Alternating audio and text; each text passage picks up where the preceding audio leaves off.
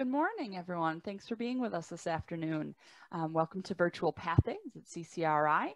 Today, we focus on the academic and career path education, government, and human services. And this session is about transfer opportunities to Rhode Island College for students currently in the education, government, and human services path at CCRI. I'd like to turn it right over to Lucy Saunders from RIC, who will lead us through the first part of our presentation. Good morning, Lucy. Good morning. I'm going to share my screen and go through just some basic information about Rhode Island College, give you some information about the college in general, and then we'll move on to more specific information about majors in this cluster with Sara. To start off with, just some basic information about RIC. We're the original college of higher education within the state of Rhode Island, started in 1854, actually as a school focused solely on education. That was our bread and butter from the beginning, and we've evolved since then to a liberal arts college with 5 different schools. And there's actually a few that are related to majors in this cluster. School of Education, obviously, bachelor's programs, master's programs, as well as a doctorate in education as well. And ranging from all different areas, from early childhood education all the way up through secondary, specialized certifications like art, music ed, health, physical education. When you move into the graduate area, there's additional certifications that are available in different areas, and different certifications you can get in special education, ELL. So really kind of a full slate of education majors available on our campus. Another school that's highly popular within this cluster is going to be the School of Social Work, which offers the bachelor's degree as well as the master's degree.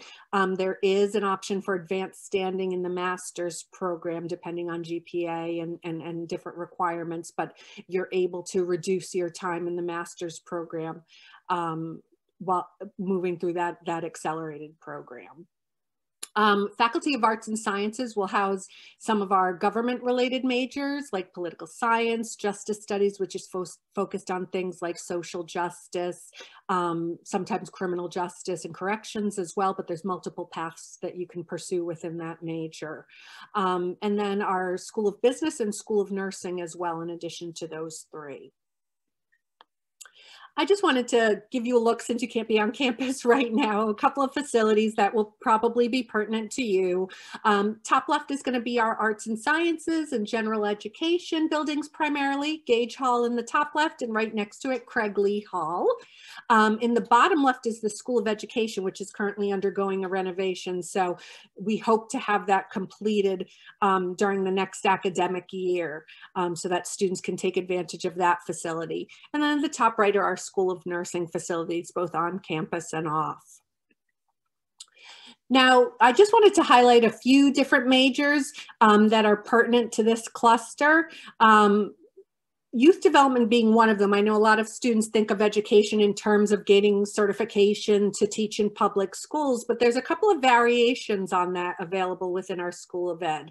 The first being youth development, which is a non-teaching certification track. So for students who might want to move beyond the public schools, teaching in after-school programs or running nonprofit community programs related to youth, this is a good major for you.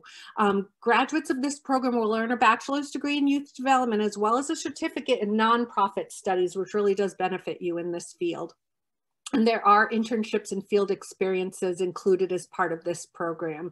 So it works on the education piece, as well as a piece of the program that's a specialization. So say you wanted to teach an after-school music program or a community arts program, they'll give you courses in an academic cluster for that piece of it as well. Another one related to our health education field is going to be community and public health promotion. This is health education programs administered publicly, essentially. So healthcare prevention, health awareness campaigns, those types of things would be a major that's aligned with community and public health promotion. This has a couple of different tracks you can do: public health promotion, as well as being able to specialize in certain populations, such as the aging and women's health issues. So it is adaptable. Let's see, I did also want to highlight a couple of other programs that we have available. A lot of students are interested in bachelor's to master's programs, which would be a one-year add-on from your bachelor's, and I did list the ones that we do have available. Justice studies, healthcare administration, mathematical studies, psychology, as well as English. And I alluded to it earlier, real world preparation really is a focus of our majors on campus, and we do that in a few different ways. It starts with our faculty. Your faculty are not just teaching your classes, they're also working with you as faculty advisors in most cases, and what they do is not just help you with course selection and planning your semesters, but they help you with other things as well. So say you have a psychology major, for example. Psychology could go so many different paths. So they'll help you tailor your majors, they'll help you tailor your internships, your out of classroom opportunities, based on what it is you want to do with your degree. So they really do become a resource, not just for a selection of courses, but also advice within the field, advice beyond graduation. I know I used my faculty members as references on my resume, so they really do connect with you throughout. There are opportunities, because we are an undergraduate focused institution. Our graduate programs are quite small, which means that undergraduates have opportunities to work with faculty mentors on research and the work that they're doing in the field. So opportunities that might be reserved for graduates and other institutions, undergraduates can take advantage of those opportunities. We also have a study abroad and national student exchange program. The study abroad program would be exchange with countries outside of North America. National student exchange is an exchange of public colleges and universities within the US and Canada. The national student exchange also has the added plus of students paying Rhode Island College tuition while they're attending a college or university within that national student exchange. So you still get that low tuition rate. As I mentioned earlier, many of our academic majors either offer or require an internship or practical experience. That's in conjunction with departments as well as our Career Development Center. And then even beyond those internship opportunities, our Career Development Center offers a full slate of different services for students, from job shadowing, so to helping you select a major, to reviewing your resume, doing mock interview sessions. And those services are offered to current students as well as alumni. We also have an online job board that's available to current students and recent alumni as well. And then finally, even in our general education program, we try to emphasize a practical component. In 2012, we revised our program with input from the professional community, asking them what are the skills that you find useful in new hires and in employees at your organization. So they came back with feedback, and it's incorporated in our gen ed program. So things like elementary level knowledge of a second language, to communication skills, to learning how to write in your area of study. Those are all things that are incorporated in our general education program. I did want to list some information on both academic opportunities and financial aid as well. What we do with financial aid is we tend to focus more on the need-based financial aid, but there are some academic scholarships available to students. I listed them here. First is going to be the Transfer Scholar Award, which does have a minimum GPA requirement of 3.25, but also has the added requirement of some sort of demonstrated financial need. So it's sort of that in between an academic as well as a need-based scholarship. We do have alumni awards for children and grandchildren of RIC alums. So if your parents or grandparents are proud RIC alums, you are eligible for alumni awards. And then finally, we have our college honors program. The requirement for that program is a GPA of 3.5 or higher. It's programmatic as well as scholarship availability. So you'd participate in honors level courses in general education, depending on what you have left once your transfer credit comes in. And then the second piece would be departmental honors, which is working in conjunction with a faculty member in your department on a research subject or some or other opportunity within your junior and senior years. You present that at the end of your time at RIC in a poster session and symposium, and that is special distinction at graduation. It's on your transcript for when you apply to grad programs. So it really is an extra distinction and also something that benefits students who kind of need that little extra challenge. All sorts of other things associated with honors programs, different social and academic activities, opportunities to attend honors conferences. And then we have limited talent awards as well. So if you're looking to do an arts major or a music major, we do have some talent awards available as well. Application process. I did put first year students here just to help make the distinction between what a first year applicant and what a transfer applicant is. So the bar that we use is 24 college credits.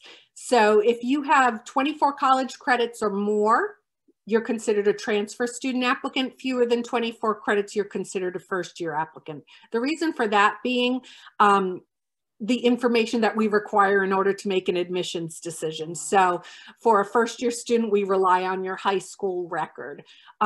Once you get a full year in college, so 2 full-time semesters would be 24 credits. That's enough information for us to determine your admissibility based on just your college record. Fewer than 24 credits, it's not enough information for us to see a pattern as far as whether you would be admissible just based on what you took in college. So if you have fewer than 24 credits, we do require you to submit your high school information as well. The credit transfer is the same whether you're applying as a first year or a transfer student, so don't worry about that. It's just the information that we require to be able to make a determination as far as admission. So dependent on whether it's enough college credit for us to decide just on college credit.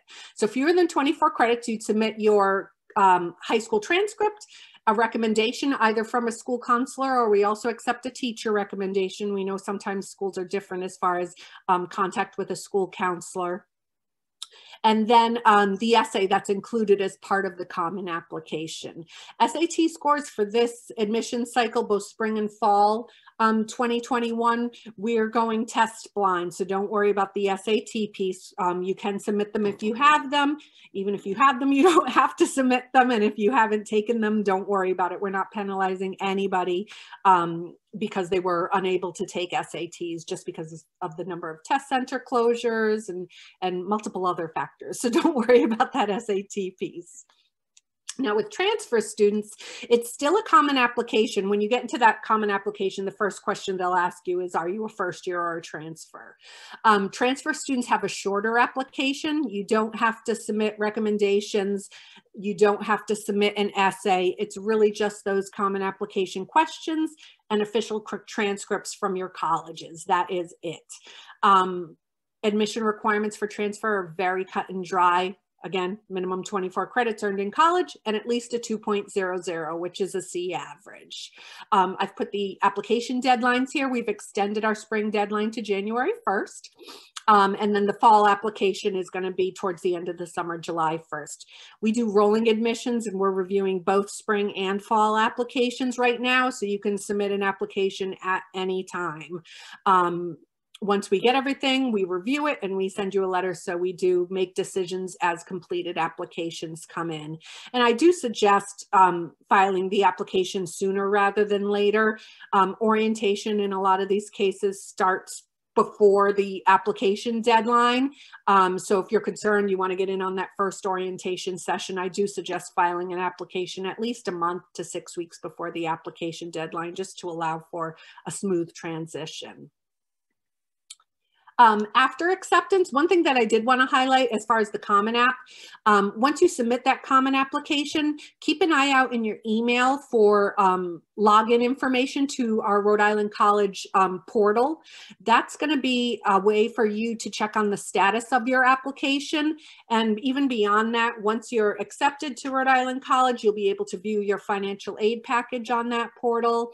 You'll be able to return your enrollment deposit through that portal. And then once you're enrolled, that becomes a Rhode Island College student account. So it is important that you have that login information. It makes it much easier for you to move through the process and kind of have a smooth progress from applicant to accepted to Rhode Island College student. Orientation would come after acceptance and enrollment.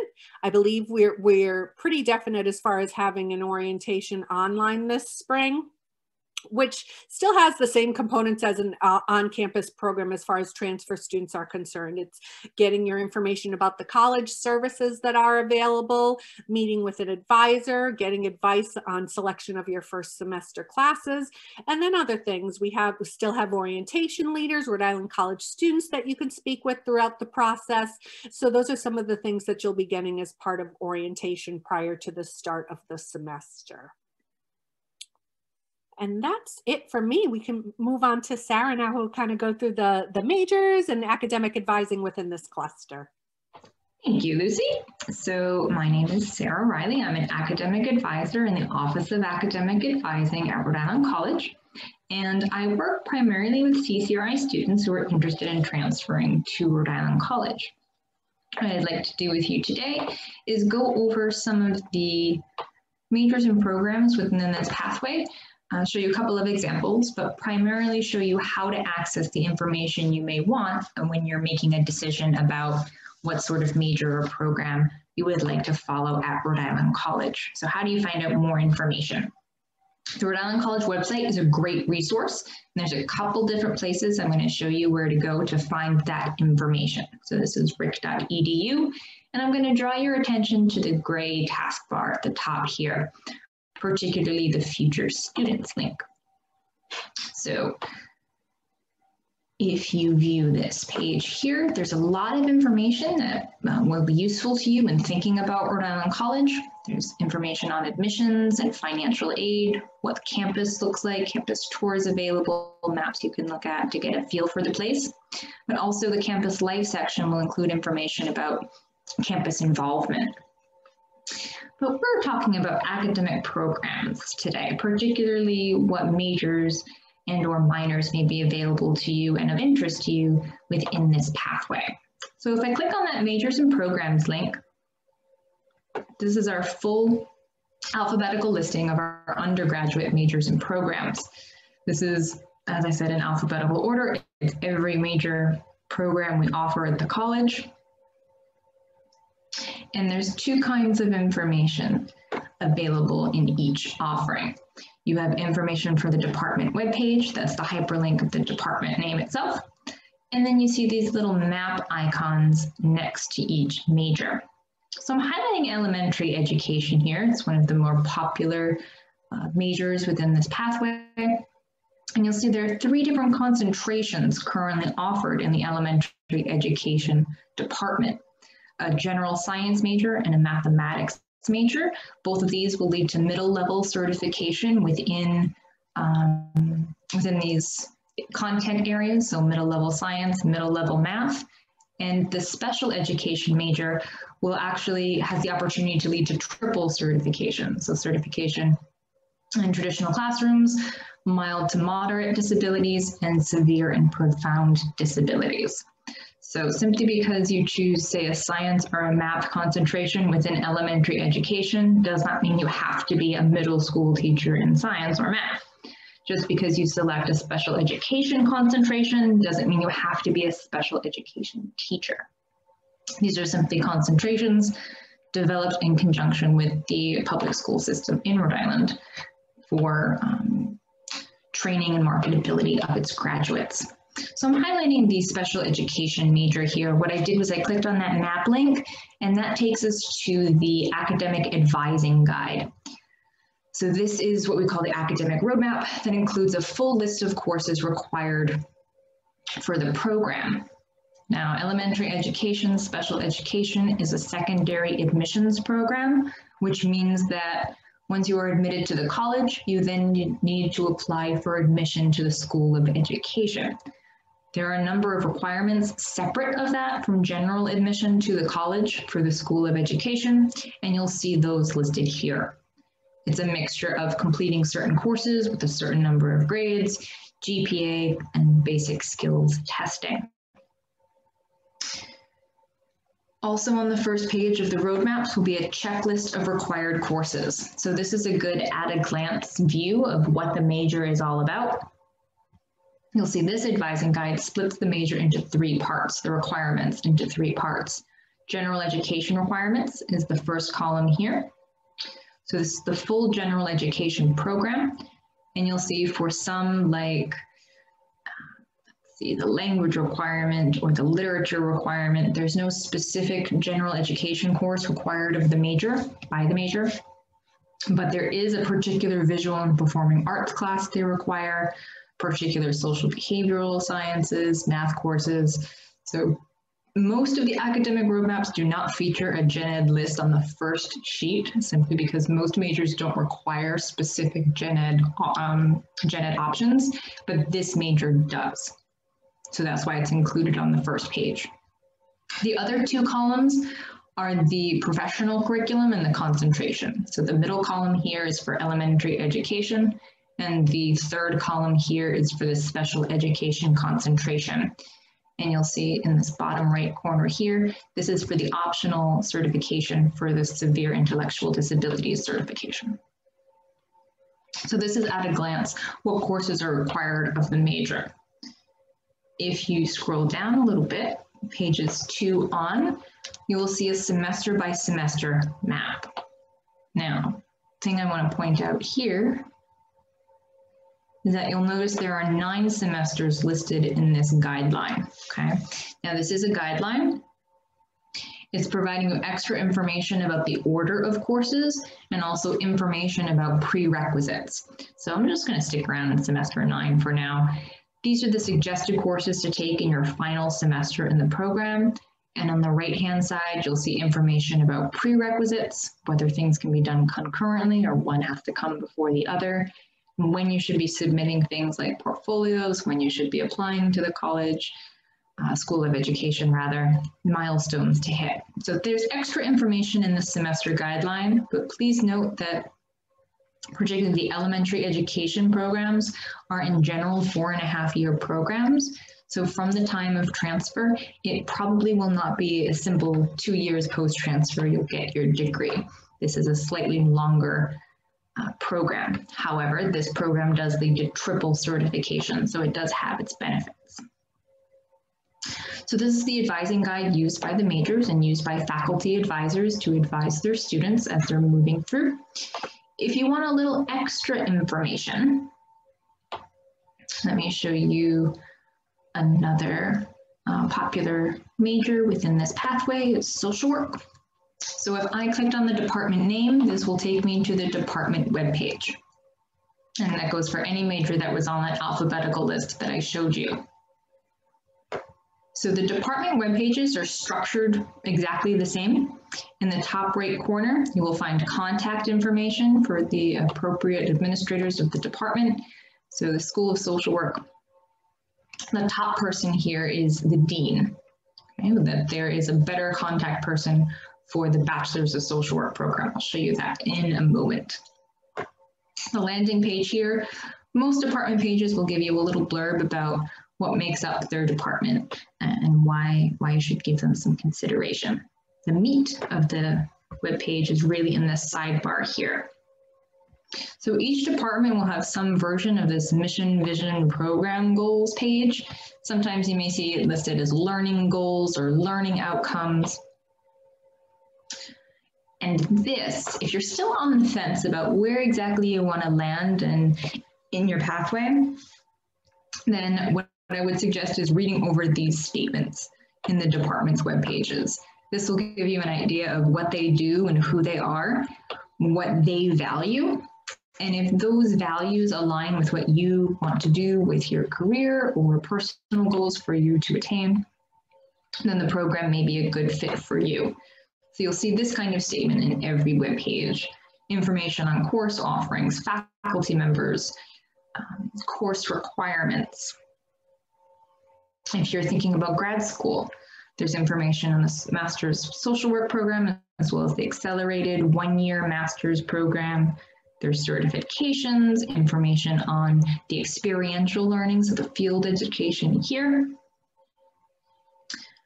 And also just more information, particularly in regards with licensing and licensure for social work. But I do want to point out here, in the Bachelor's of Social Work program, the best contact would be Wendy Becker. Wendy Becker for this semester is currently on sabbatical. So I'll point out Professor Stefan Battle is the point of contact in her stead. So you'll see his email, sbattle@ric.edu, and he is taking the place of Wendy Becker for this semester while she is on leave. So a little more extra information on the School of Social Work. It'll talk about its admission requirements. So like education, the School of Social Work is a secondary admission school. So you'll get your prerequisites together and apply to the program. So they have some other kinds of advising guides and advising handouts, general overview of the major there. Now that was through those two pieces of information about a major that I pointed out through the Future Students tab through majors and programs. Direct links to advising guides, direct links to department web pages. If your first instinct is to just talk to a person first, then under the Current Students tab at the top lives a list of department chairs organized by school. So this is the Current Students tab under Academic Resources, the very first link, Academic Advising. As Lucy mentioned, Rhode Island College practices a faculty advising model for most of its majors. So you are advised by faculty members, by professors in your major. So we're going to go under the For Students link under our list of department chairs and program directors. And this will give us the information for who the department chairs are. So faculty are very open to speaking with transfer students and prospective transfer students about how courses transfer, about their programs, and if it's a good fit for them. So this pathway has a lot of different options. Let's go down in the Faculty of Arts and Sciences. Let's go down to the Sociology department. So you're interested in the Justice Studies program. Well, Michaela Arthur would be the chair, and there is the department phone number as well as the chair's email address. So this list, organized by school, is a great way of just at a glance finding out who the point of contact is for that major so that you can give a call or send an email to reach out for more information. So if you have questions and you want to talk to a person regarding the academics of that potential major, I would advise accessing this list and reaching out to the faculty members. If you want more general help, say you're a year out from transfer or you've just started your program at CCRI and just want a general idea of courses and transferability, I am happy to work with you. That is part of my role at Rhode Island College. So let me show you how to find my contact info. Quick way to do that would be the About RIC tab, faculty staff directories organized alphabetically. As I mentioned earlier, my last name is Riley, so that lives in an R. Then we scroll down to find my information right here. So you'll find my office line and my email address here. Email is going to be the best way to reach me this semester, as well as into next. And I usually respond within 48 hours. I'm pretty good at holding to that timeline. So please feel free to reach out with any questions or concerns. You could also use this directory to find a faculty member if you know the name of the faculty member or staff member you want to reach out to, or simply click on Browse by Department and you can find them through this drop-down menu. And as I said, folks here are very willing and open to answer your inquiries and talk a little bit about their department.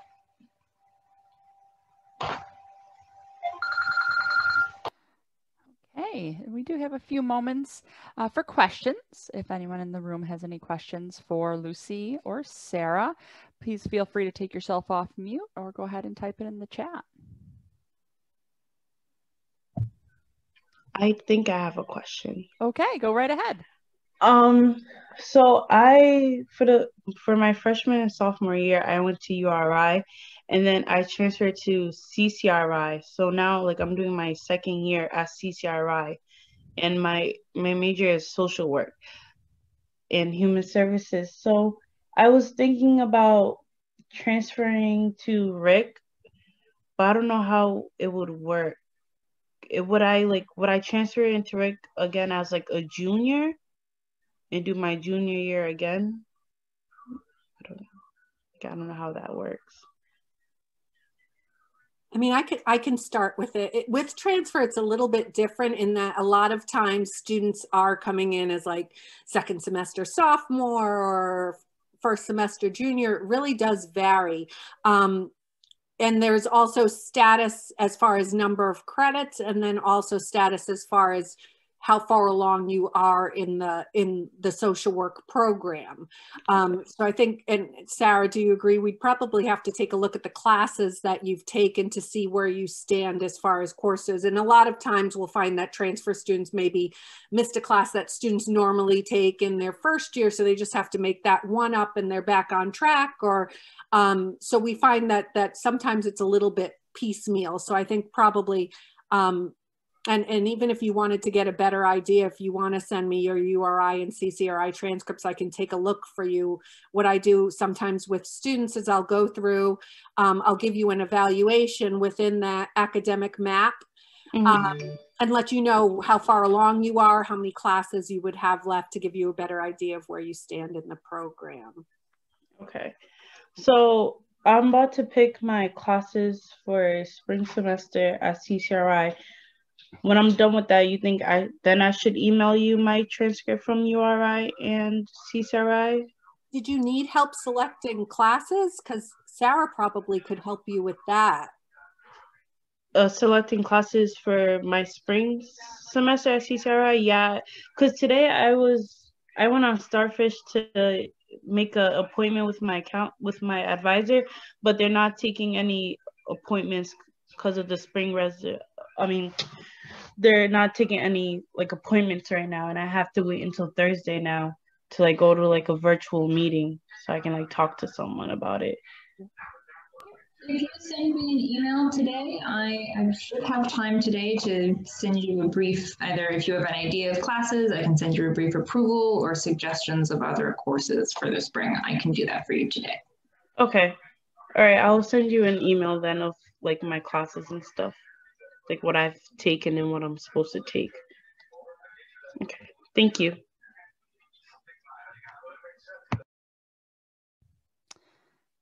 Great. Anyone else have any other questions? All right, well, once again, I'd like to thank Lucy and Sara for being with us today. If you're watching live now, you have both of their email addresses in the chat there, and I will put their email addresses in our virtual information once the recording comes along. Feel free to reach out to them anytime. So thank you again, Sara and Lucy, for your participation, and I hope everyone has a great day. Take care.